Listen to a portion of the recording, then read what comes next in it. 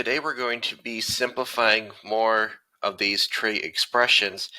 And again, we're not given something that this is equal to. We're just given some trig functions, and we need to use our identities to simplify them and get them down to as few functions as possible. So I want us to recall these special factoring patterns, and we talked about the difference of two squares yesterday. If I have two perfect squares that are being subtracted, I can rewrite it as a minus b times a plus b.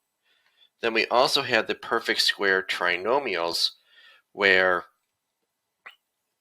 if I have something squared minus 2 times two other things plus the b value squared, then that can be written as a minus b squared. And remember, these can go both ways. Like, I could be given a plus b squared and rewrite it like this. So depending on what we're given, we may have to go in that direction. I just wanted us to remember those shortcuts.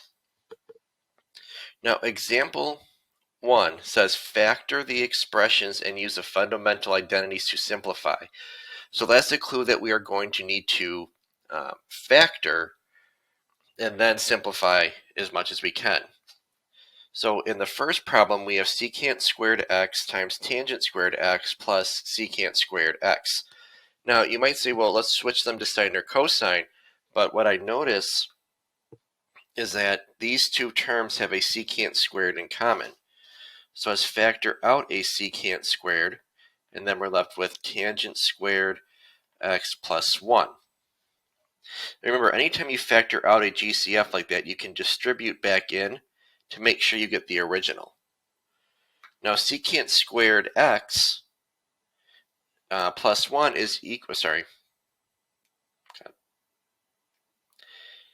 Now, tangent squared x plus 1 is equal to secant squared. So then we have secant squared out front times secant squared on the inside, and that equals secant to the fourth squared, so the fourth power of x. We can't simplify that any further. We don't want to write that as 1 over cosine to the fourth, because now we're just throwing now a fraction into it. That's not making it simpler. So this will be our final answer. Now, letter B, 1 minus 2 sine squared plus sine to the fourth power. Okay, so when we see that sine to the fourth, we want to maybe think of that as sine squared squared. Up here, this thing we can use, except that our b value is not is going to be sine squared, because sine squared is sine to the fourth.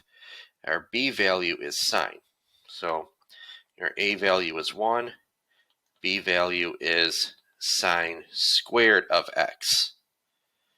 So then we can rewrite this as 1 minus sine squared x squared. Well, according to our identity sheet, this right here is equal to cosine squared. So now we have cosine squared x squared, which is cosine to the fourth power. So we're able to make it a little bit simpler. So when we have 4 terms, we have to do factor by grouping. So here we can factor out a secant squared.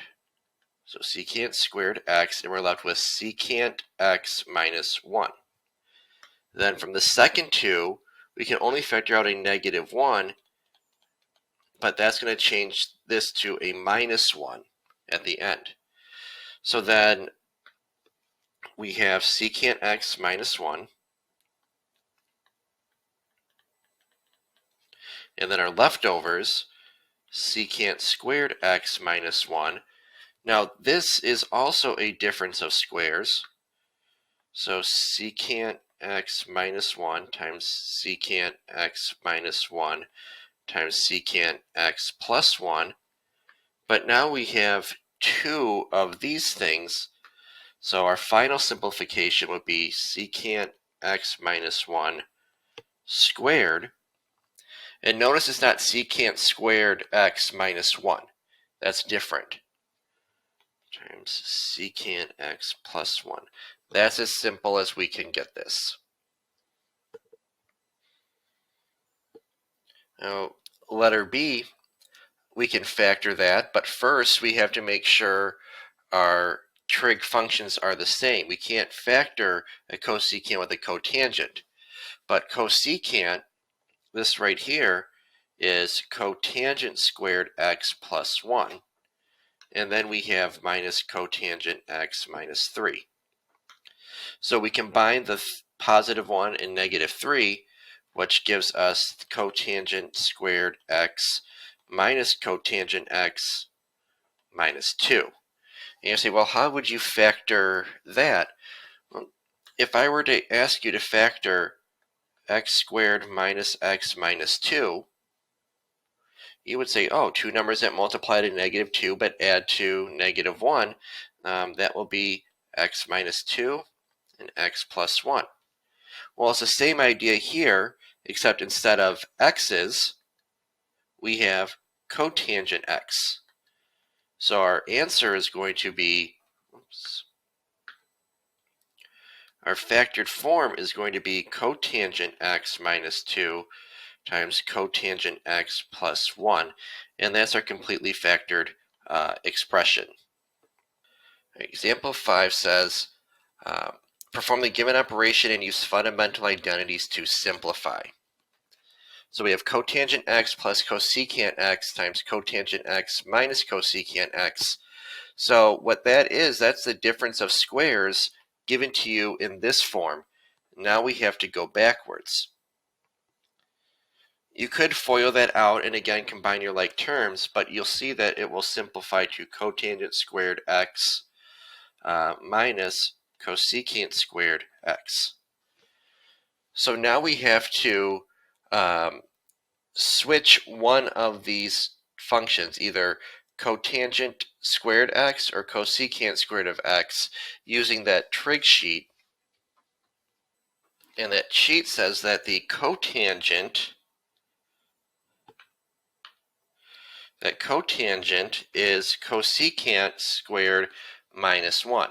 Now you could change this cosecant to cotangent squared x plus 1, but with that negative in front like that, that makes things a little bit complicated that you would have to then distribute.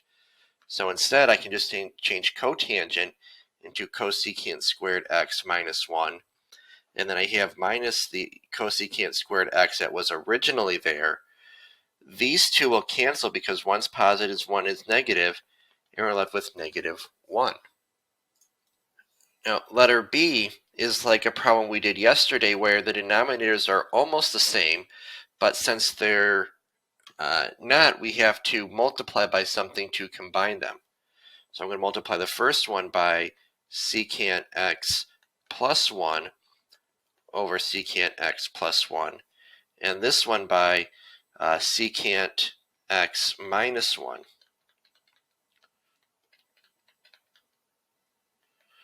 So what that will get us is, since we're multiplying by 1, it's going to be secant x minus 1.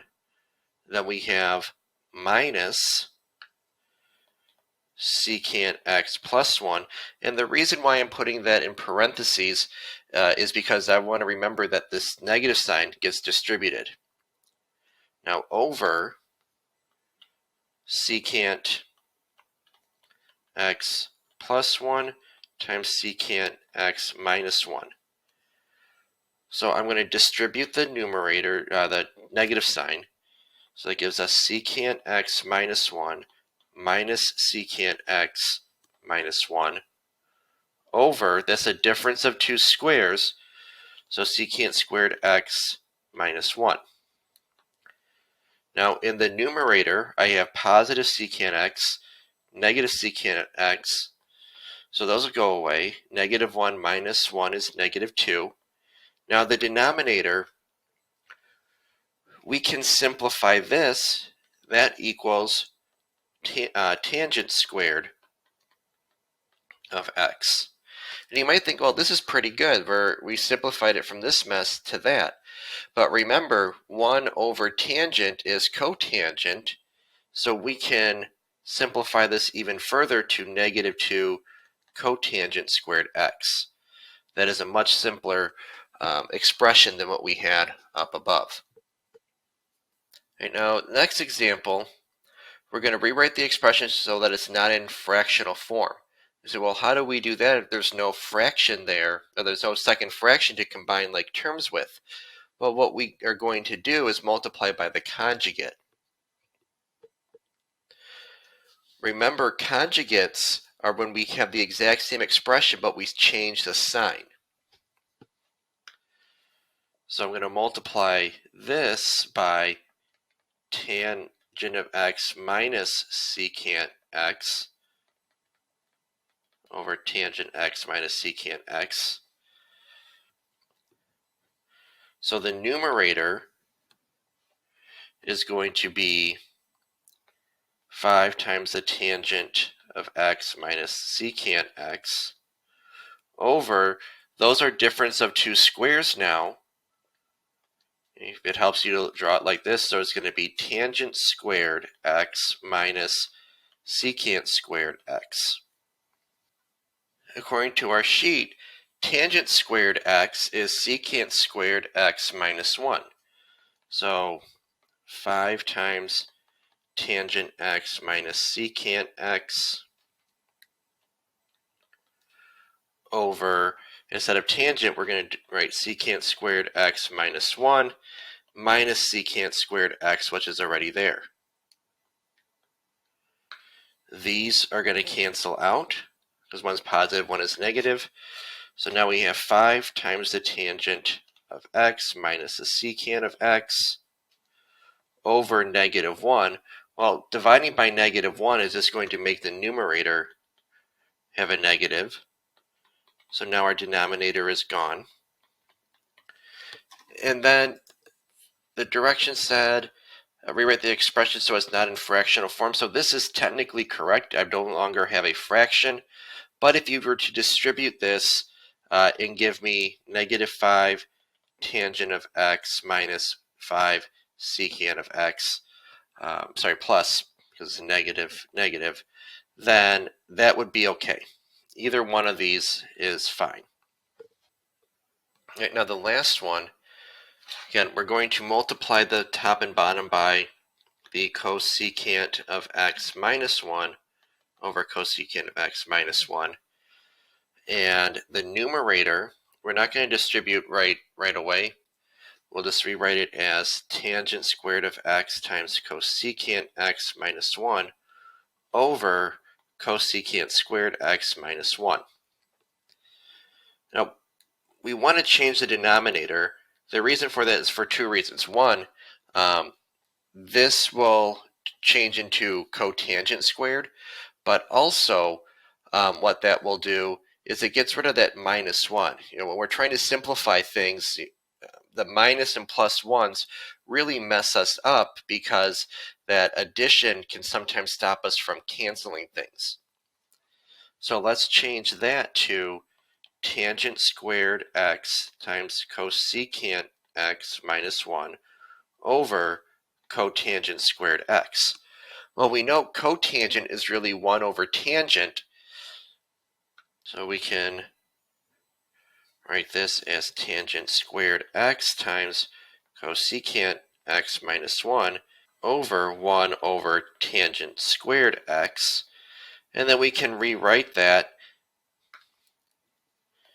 as tangent squared x, because we're going to multiply it by the reciprocal now, times cosecant x minus 1 times tangent squared x over 1. Well, we don't need to multiply by the over 1 part.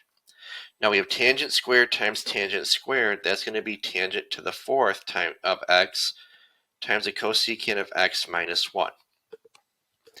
That's as simple as we can go. We know we can't change tangent into anything with cosecant, so we won't be able to do anything more. And you could argue that this is not as simplified as simple looking as the original, but the directions said we need to rewrite it in non-fractional form, and this is what it would be. So the point of this lesson and the previous lesson was to hone our skills with things that we know how to do. Like we know how to multiply by conjugates already. We know how to factor difference of squares and perfect square trinomials and all of that. But now we're going to take those skills and use them with trig functions instead of just the normal variable x. So thanks for watching the video. Make sure to like it and subscribe.